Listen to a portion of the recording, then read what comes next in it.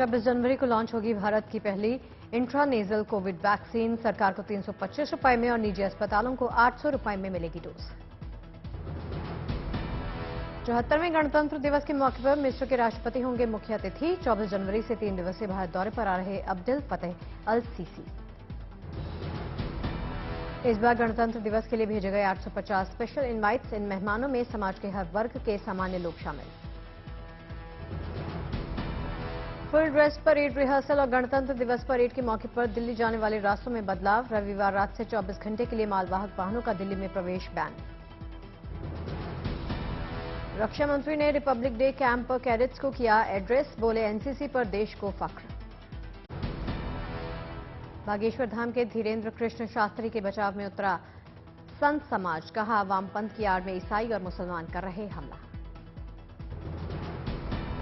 पटना में भी बागेश्वर महाराज को मिला सपोर्ट। वेद विद्यालय के संतों ने किया हनुमान चालीसा का पाठ। इंदौर में बागेश्वर धाम के धीरेन्द्र कृष्ण शास्त्री को मिला भाजपा विधायक का समर्थन। बोले संतों द्वारा किए जा रहे कामों के सकारात्मक परिणाम दूरगामी।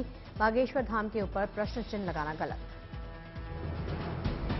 छतरपुर में बागेश्वर महाराज के समर्थन में उतरा हिंदू संगठन। बाबा पर आरोप लगाने वाले श्याम मानव की अर्थी निकाली। बागेश्वर महाराज पर कैलाश विजयवर्गीय के बयान का कांग्रेस ने किया मौन समर्थन। कांग्रेस विधायक पीसी शर्मा ने कहा सनातन धर्म पर सवाल उठाने का हक किसी को भी नहीं। गोवा पहुंचा फ्रांस का परमाणु संचालित aircraft carrier Charles de Gaulle. Hind महासागर में भारत के साथ फ्रांस के संयुक्त युद्धाभ्यास के लिए आया था भारत। पूर्वोत्तर में चीन सीमा के पास युद्धाभ्यास करेगी आईएएफ। एलएसी पर गरजेंगे राफेल और SU-30 लड़ाकू जेट। देश की पहली रैपिड रेल ने ट्रायल में बनाया 160 किलोमीटर प्रति घंटे का रिकॉर्ड। मार्च में होगा साहिबाबाद से गाजियाबाद के बीच में चलने वाली इस रैपिड रेल का आगाज। भारतीय कुश्ती संघ के एडिशनल सेक्रेटरी विनोद तोमर को खेल मंत्रालय ने किया बर्खास्त। ब्रजभूषण के पक्ष में दिए थे बयान।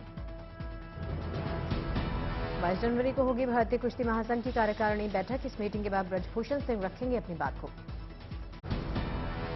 कर्नाटक के विजयपुरा पहुंचे बीजेपी के राष्ट्रीय अध्यक्ष जेपी नड्डा। ज्ञान योग आश्रम में की पूजा।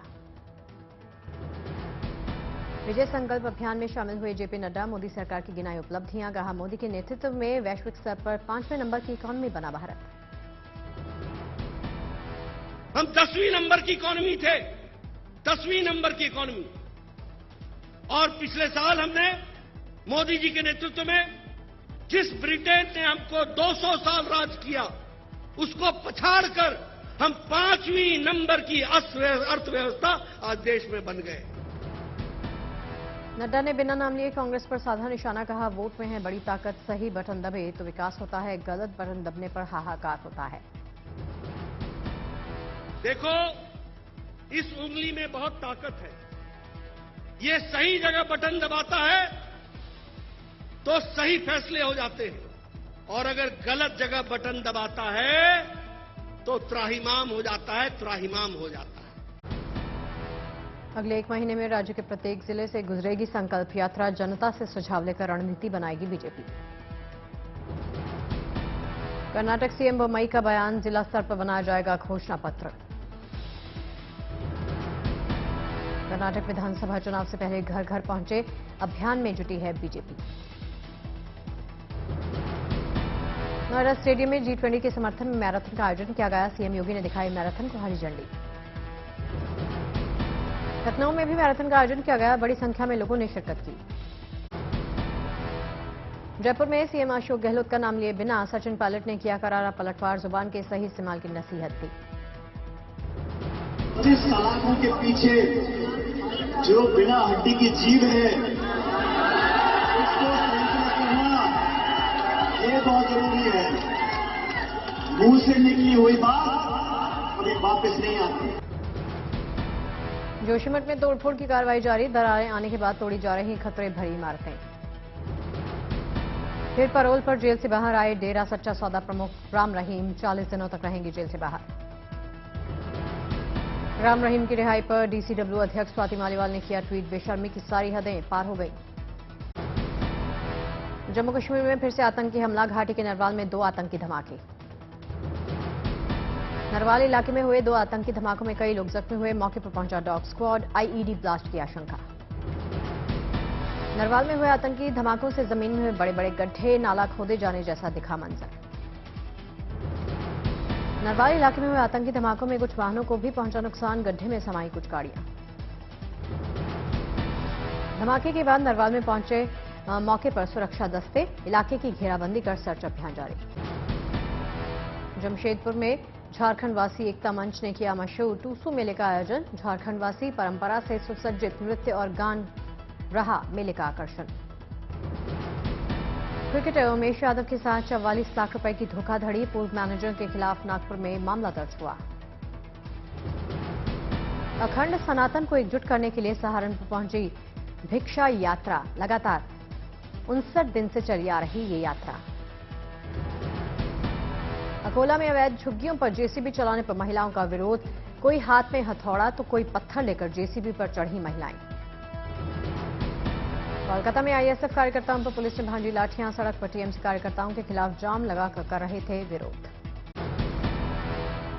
जोशीमठ में होटल माउंट व्यू और मलारी इन को तोड़ने का काम फिर से हुआ शुरू, खराब मौसम के चलते रोकना पड़ा था डिमोलिशन।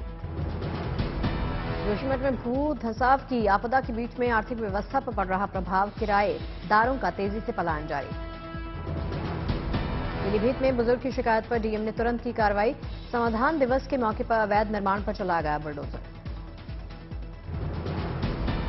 मुजफ्फरनगर में निगम का सख्त एक्शन, अवैध निर्माण के चलते 116 दुकानें हुई जमींदोज। हरदोई में नहर कटने से सैकड़ों बीघा फसल हुई जलमग्न, अधिकारियों ने दिए नुकसान के आंकलन के निर्देश।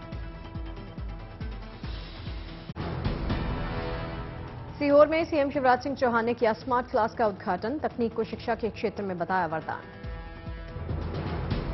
मोगा में सरकारी सीनियर सेकेंडरी कन्या स्मार्ट स्कूल के औचक दौरे पर पहुंचे कैबिनेट मंत्री हरभजन सिंह, बोले जल्द भरे जाएंगे सरकारी स्कूलों में प्रिंसिपल के पद। गोरखपुर जंक्शन को किया जाएगा पुनर्निर्मित, रेलवे बनाएगा अंतर्राष्ट्रीय हवाई अड्डे जैसा जंक्शन।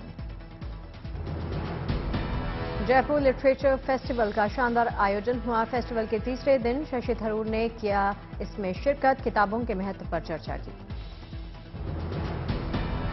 उत्तराखंड के खटीमा में ककरा पार्क में मगरमच्छ को देखने के लिए पर्यटकों का लगा मेला, धूप में मस्ती करते देखे जा सकते हैं मगरमच्छ।